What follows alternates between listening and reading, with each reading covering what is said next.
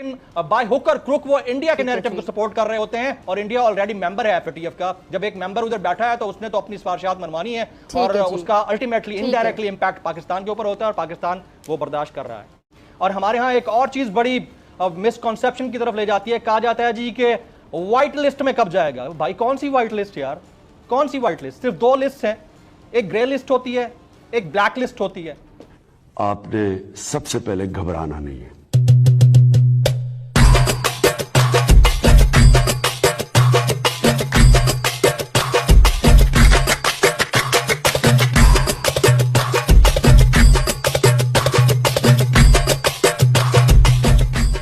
नमस्कार दोस्तों, जय हिंद। दोस्तों एफएटीएफ ने पाकिस्तान को फिर से ग्रे लिस्ट में रखा है, उसको जून तक का टाइम दिया है। बाकी ये है कि आप ये वीडियो देखेंगे, इस वीडियो में जो फिजा अकबर खान है बेचारी का मुंह लटक गया है ये खबर सुन के।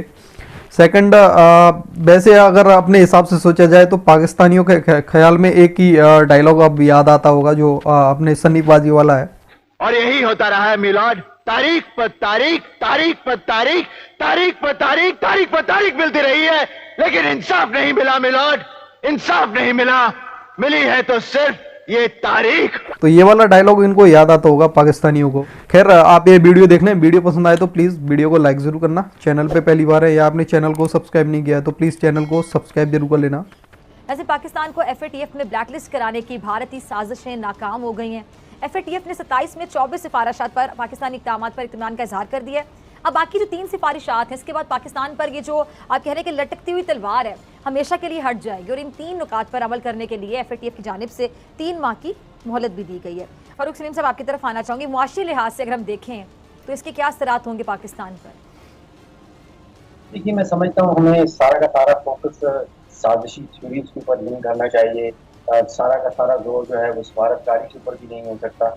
बहुत सारे मामला जो हैं जो कारकर्दगी के ऊपर, ज़मीनी हक़ाइक़ की कारकर्दगी के ऊपर डिपेंड करते हैं। बहुत सारे जो आलमी इदारे हैं उनकी जो शराइत हैं, उनकी जो कंडीशंस हैं वो बड़ी साफ शफाफ हैं और खुले तौर पे सामने बताई जाती हैं।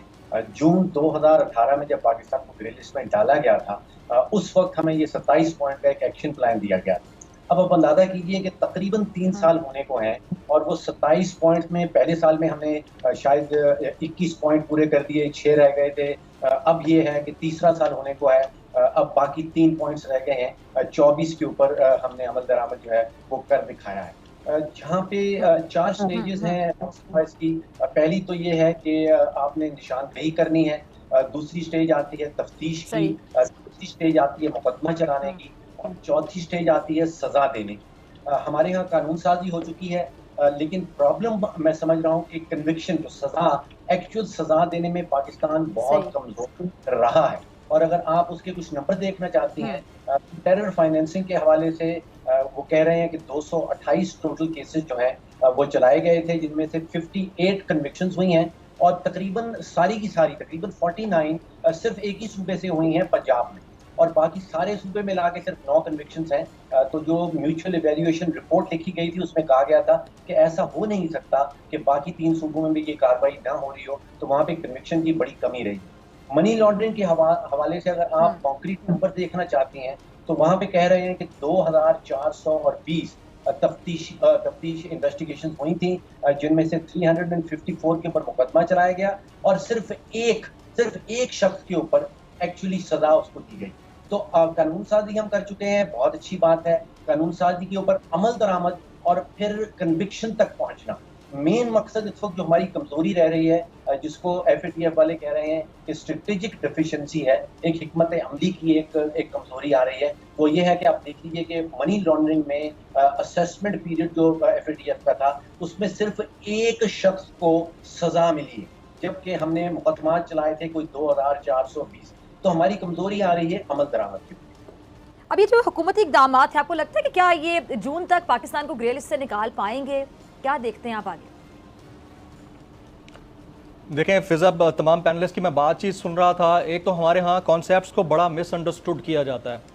अगर एफएटीएफ को बतौर इंटर गवर्नमेंटल ऑर्गेनाइजेशन देखा जाए, इंटर गवर्नमेंटल यानी बैनुल हुकूमती ऑर्गेनाइजेशन, तंजीम या इदारा, 1989 में बना था, 32 साल पुराना इदारा है। G7 समिट के नतीजे में ये मार्ज़ वजूद में आया, और इसका काम था मनी लॉन्ड्रिंग के ऊपर काम करना, यानी मनी लॉन्ड्रिंग के इंसदाद के लिए पॉलिसीज मुरत्तब करना। सन 2001 में जब 9/11 हुआ है, उसके बाद इसमें टेरर फाइनेंसिंग के एलिमेंट को भी शामिल कर लिया गया कि अब टेरर फाइनेंसिंग के हवाले से भी इसमें तजावीज़ या जो सिफारिशात हैं वो पेश की जाएंगी। मिसअंडरस्टूड यूं किया जाता है कि कहा जाता है कि 40 सिफारिशात हैं, 40 नहीं है, 40+9 यानी 49 रिकमेंडेशंस हैं FATF की। और हमारे यहाँ एक और चीज बड़ी मिसकॉन्सेप्शन की तरफ ले जाती है, कहा जाता है जी कि व्हाइट लिस्ट में कब जाएगा। भाई कौन सी व्हाइट लिस्ट यार, कौन सी व्हाइट लिस्ट? सिर्फ 2 लिस्ट हैं, एक ग्रे लिस्ट होती है, एक ब्लैक लिस्ट होती है।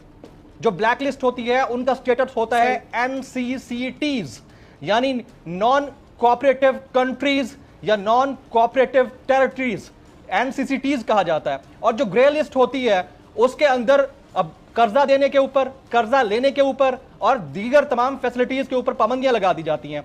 अब तक जो एज ऑफ नाउ ताज़ा सूरत हाल है, इसके मुताबिक टोटल 18 ममालिक हैं जो ग्रे लिस्ट में है, 2 ममालिक हैं जो ब्लैक लिस्ट हुए हैं। हमारे दोस्तों में से अक्सर को शायद हमें भी ना पता हो कि ब्लैक लिस्टेड कंट्रीज कौन से हैं। एक ईरान है, दूसरा शुमाली कोरिया है। बाकी जो ममालिक ग्रे लिस्ट में हैं उनके ऊपर पाबंदियां हैं। पाबंदियां किस नौइयत की हैं? यानी ये ममालिक कर्जा नहीं ले सकते, इनको अगर कर्जा मिलता है तो सख्त शरायत होती हैं, इनके ऊपर चेक रखा जाता है, 2 स्टेटसेस दिए जाते हैं। ब्लैक लिस्ट होगा तो उसका फॉर्मल स्टेटस होता है कॉल फॉर एक्शन। इसको गौर से सुनिएगा जरा, कॉल फॉर एक्शन यानी इनके खिलाफ फौरी तौर पर कार्रवाई की जाए, जो ब्लैक लिस्टेड कंट्रीज होती हैं। और जो ग्रे लिस्टेड कंट्रीज हैं उनका स्टेटस होता है मॉनिटर्ड जुरिस्डिक्शन। तो हम ग्रे लिस्ट में हैं, हम उन 18 ममालिक में हैं, बदकिस्मती से हैं, जो मॉनिटर हो रहे हैं जुरिस्डिक्शन के लिए और इनके ऊपर तमाम तर चेक्स हैं। अब एक और चीज बड़ी इंपॉर्टेंट है फिजा, मैं यहां जरूर शामिल गुफ्तगू करूंगा। टोटल 37 मेंबर हैं इस ऑर्गेनाइजेशन के, FATF के 37। 2 और इदारे हैं जो कि एसोसिएट मेंबर हैं। वो 2 जो इदारे एसोसिएट मेंबर हैं, एक है यूरोपियन कमीशन और दूसरा है गल्फ कोऑपरेशन काउंसिल। बाकी 37 ममालिक में एक हमारा मुखालिफ तरीन मुल्क भी मेंबर है FATF का, एंड दैट इज इंडिया। तो इंडिया हमेशा से प्लान करता रहा है पाकिस्तान के मामलात को सबोटाज करके इसको ग्रे लिस्ट में रखने के लिए या ब्लैक लिस्ट करवाने के लिए। हां, अगर आप ग्रे लिस्ट से निकलते हैं तो आपकी पोजीशन सेटिस्फैक्टरी हो जाती है, there is no white list kind of a thing. ठीक है। अच्छा, जमील ने ये इंडिया के हवाले से जो बात की उसामा गाजी, ये बिल्कुल ठीक है कि भारत इस हवाले से साजिशें करता रहा है, लेकिन जो साबिका हुकूमतें हैं, क्या उनकी कोई गफलतें नहीं थी, क्या कोताहियां नहीं थी जिसकी वजह बनी? या सिर्फ हम कह सकते हैं कि भारत की साजिशें ही हैं? देखें, अब दुश्मन तो आपकी कमजोरियों से फायदा उठाएगा ना, जहां जहां आप कमजोर होंगे हर उस सतह पर आपको उठाएगा। बड़ी गहरी बात है कि कमजोरी अपनी भी होगी ना तो दुश्मन उससे फायदा उठाएगा और उसको जरा ज्यादा बढ़ा चढ़ा देंगे। बहुत से ममालिक में ये होंगी, मैं ये नहीं कहता कि सारा कसूर हमारा है, हमारी कमजोरियां हैं, इसमें तो कोई शक नहीं है। इसलिए तो हम जब दूर करते हैं तो उनको मानना भी पड़ता है कि पूरी तरह से हम उस पर अमल कर रहे हैं। लेकिन देखें कि 2008 में भी पाकिस्तान इस तरह से, जिसको हम ग्रे लिस्ट कहते हैं, उसमें रहा, क्योंकि वो इन्हांस मॉनिटरिंग का शायद टर्म यूज़ की जाती है वैसे तो, कि जी इनकी बड़ी सख्त निगरानी, जिसको हम कह लें सख्त निगरानी में इनको रखा जाएगा, तो उसमें हम आ जाते हैं, उसको फिर आम लफ्ज़ों में ग्रे लिस्ट कहा जाता है। तो अब ये 2008 के बाद 2009 में मुझसे निकलते हैं, 2012 में फिर हमें उसमें लिस्ट में डाल दिया जाता है, इन्हांस मॉनिटरिंग इनकी करेंगे जी। फिर 2015 में बाहर आते हैं, 2018 में फिर पाकिस्तान को डाल दिया जाता है। अब कोई इंडिपेंडेंट तो इस तरह नहीं है, गवर्नमेंट की तरफ से नहीं बताया जाता, लेकिन मेरे पास जो इन्फॉर्मेशन है वो इंडिपेंडेंट थिंक टैंक है, कोई टैब एड लैब, वो कहते हैं, उनका ये दावा है थिंक टैंक का कि जी 38 अरब डॉलर पाकिस्तान को नुकसान हुआ है। अगर देखा जाए जब जब पाकिस्तान ये ग्रे लिस्ट में जाता है, फिर पाकिस्तान की माशी सूरत हाल मुश्किल में आती है। तो इस तरह से फिर आप देख लें कि जब पाकिस्तान को नुकसान होगा माशी तौर पर, तो उसका जाहिर है कि अब जो भी दुश्मन मुल्क होगा वो कहेगा जी इसकी मईशत को ही कमजोर किया जाए, किसी तरह इसको पीछे ले जाया जाए। अच्छा, अब आगे क्या होता है फारूक सलीम साहब, आपको क्या लगता है कि कौन से 3 इकदाम हैं वो जिन पर हमें जून तक अमल करना है? इस हवाले से आपके पास कोई मालूमात हैं? आप तो गहरी नजर रखते हैं मईशत पर। अगर ज़मीनी हकीकत देखी जाए तो जब हम तकरीबन 2 हफ्ते पहले रह जाते हैं, जब FATF की जो मीटिंग है वो होने लगती हैं, तो मुल्क के अंदर तैयारी शुरू हो जाती है। उससे पहले मैंने महसूस किया है कि हम सोए रहते हैं। तो आप अंदाजा कीजिए कि हमने सिर्फ जो 6 उसकी शराइत रह गई थी, उनके ऊपर अमल दरामदी करते हुए कोई हमें 1.5 से 2 साल निकल गए। और बहस FATF के ऊपर उसी वक्त शुरू होती है जब 2 या 3 हफ्ते रह जाते हैं उसकी मीटिंग के आने। नुकसानात ये अभी जैसे अभी जिक्र किया गया कि तकरीबन 3 अरब डॉलर का सालाना नुकसान 2008 से लेकर 2020-21 तक एस्टिमेट किया गया है। कि हमें फॉरेन डायरेक्ट इन्वेस्टमेंट कम आई है, हमारी एक्सपोर्ट्स कम हुई हैं। इसमें कोई शक की बात नहीं है कि सरमायाकारी करते हुए ममालिक डरते हैं, आपसे तिजारत करते हुए डरते हैं, क्योंकि आप इंक्रीज मॉनिटरिंग के अंडर रह रहे हैं। बहुत सारे फॉरेन बैंक्स पाकिस्तान में जो ऑपरेट कर रहे हैं वो घबरा जाते हैं कि अगर हम ग्रे लिस्ट में हैं और खुदा ना करे कि अगर ब्लैक लिस्ट किया जाता है तो फिर उनके ताल्लुकात जो बाकी दुनिया है उससे क्या रहेंगे।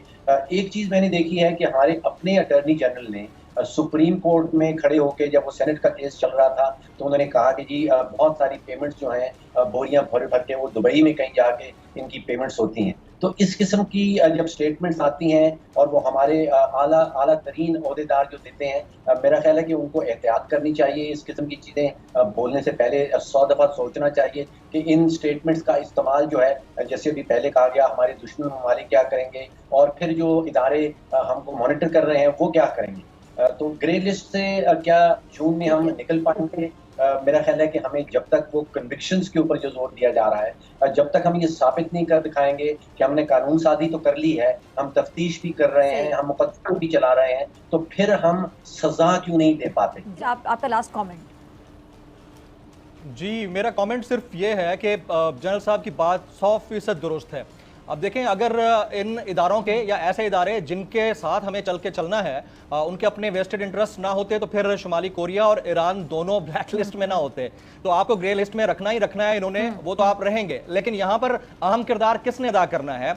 उन लोगों ने अदा करना है जो हमेशा नेगेटिव किरदार अदा करते हैं, पाकिस्तान में बैठकर इंडिया के नैरेटिव को सपोर्ट करते हैं, जिसकी वजह से हम लोग वहां पर ग्रे लिस्ट में तब से मौजूद हैं। और इसके बावजूद कि हम तकरीबन तमाम सिफारिशात पर अमल दरामद कर चुका है मासवाए 3 के, तो फिर भी हमें यह भुगतना पड़ रहा है। तो हमारे यहां भी ऐसे एलिमेंट्स मौजूद हैं जिनकी हरकतों की वजह से। और हाँ, रिफॉर्म्स के मामले में आई सेकंड जनरल मुस्तफा साहब ने जिस तरह कहा कि हमारी जुडिशरी का जो मामला है, अब दैट इज़ वेरी सेंसिटिव, और वहाँ पर बहुत देखना होगा कि हमारे केसेस इतने डिलेड होते हैं, सजाएं हो नहीं पाती हैं, लोग बाहर इंतजार करते रहते हैं, पूरी पूरी उम्रें गुजर जाती हैं। और टेरर फाइनेंसिंग के मामले के ऊपर तो फौरन सजाएं होनी चाहिए। वो अगर नहीं होंगी तो जाहिर है फिर आप इसी तरह शिकंजे में पिसते जाएंगे, फंसते जाएंगे और फंसते चले जाएंगे। और पाकिस्तान के अंदर जो सियासत हो रही है वो सियासत, रिवायती सियासत ऐसी है, लगता है वो अपनी सियासत कर रहे हैं, लेकिन बाय हुक और क्रुक वो इंडिया के नैरेटिव को सपोर्ट कर रहे होते हैं। और इंडिया ऑलरेडी मेंबर है एफएटीएफ का। जब एक मेंबर उधर बैठा है तो उसने तो अपनी सिफारिशात मनवानी है और उसका अल्टीमेटली इनडायरेक्टली इंपैक्ट पाकिस्तान के ऊपर होता है और पाकिस्तान वो बर्दाश्त